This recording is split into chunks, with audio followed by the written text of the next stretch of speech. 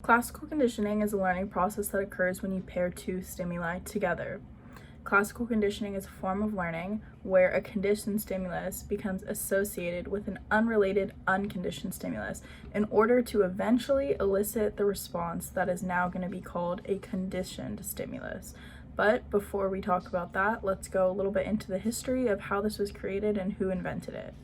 Classical conditioning is a psychological concept that was accidentally created in the 1890s by a Russian psychologist named Ivan Pavlov. Pavlov was researching the salivation in dogs in response to food when he began to notice a couple of trends.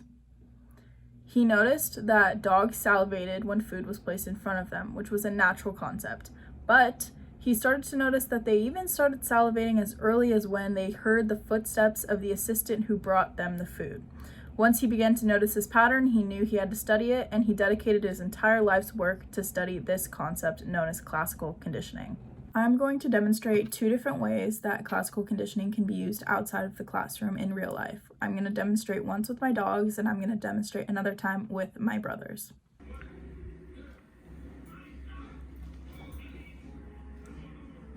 In the clip that you guys just watched, I gave my brothers the candy. The candy is technically known as the unconditioned stimulus, which would then elicit a response known as the unconditioned response. In the case of Ivan Pavlov and the dogs, the unconditioned stimulus would be the food, and the unconditioned response would be the salivation. In this case with my brothers, the unconditioned stimulus would be the Sour Punch straw candies, and the unconditioned response would be salivation and them wanting to eat the candy, natural occurring response. Go.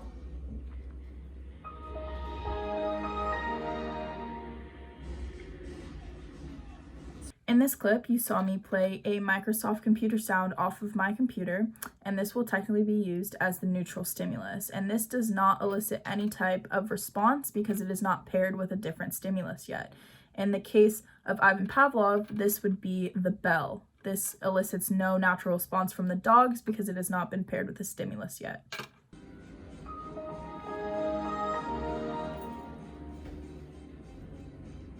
Now in this case, you saw me hand the candy to my brothers and simultaneously play the Microsoft sound on my computer. The Microsoft sound is now known as the conditioned stimulus, and the conditioned response would be salivation, them wanting the candy. In Pavlov's experiment, the conditioned stimulus would be the bell, and the conditioned response would be salivation. Now that we have paired the two stimuli together, there is no need for the food in order to elicit the response. The conditioned stimulus, which is the bell, or in my case, the Microsoft computer sound, will elicit the response solely from them in their mind pairing the two stimuli together. Why do I feel like I should have candy right now? Me too. In this last clip, you see my brothers hear the Microsoft computer sound and wonder where the candy is.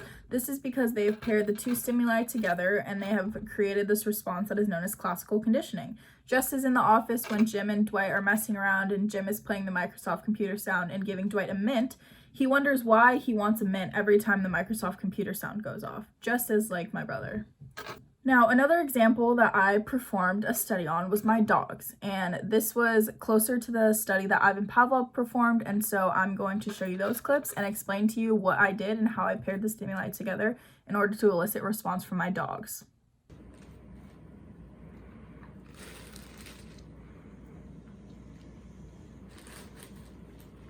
In this first clip, including my dogs, you see my brother hand my dogs treats. And they elicit a natural response. They eat the treats and they salivate, which is technically the food right now is the unconditioned stimulus, and the unconditioned response would be their salivation and them wanting to eat the food.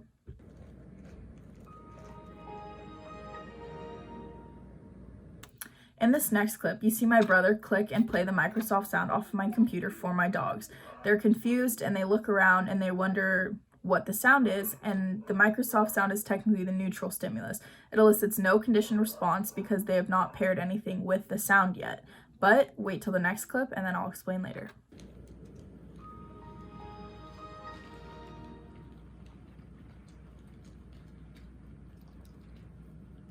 In this next clip, you saw my brother give my dogs the treats and play the Microsoft computer sound simultaneously.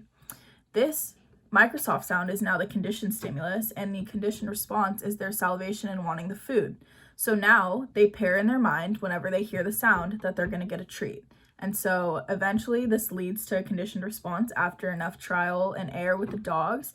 They will be able to come over and tap the computer in order to make that sound, because they know when they make the sound with the computer, then they're going to get the food. Go.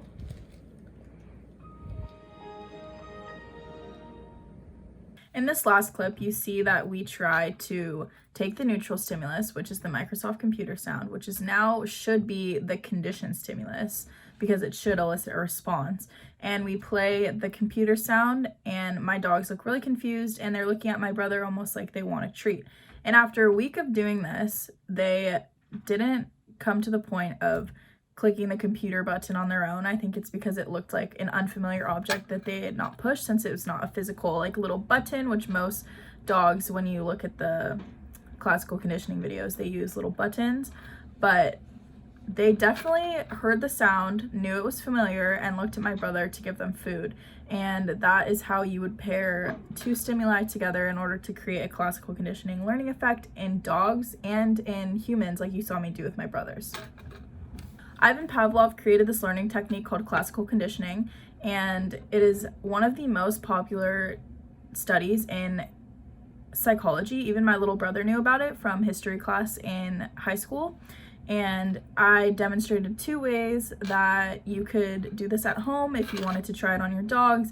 I would take a little bit longer than I did it. I only did it for about 3 to 4 days, and it was not enough to get my dogs to elicit their own response, but I tried to make it a little fun and different.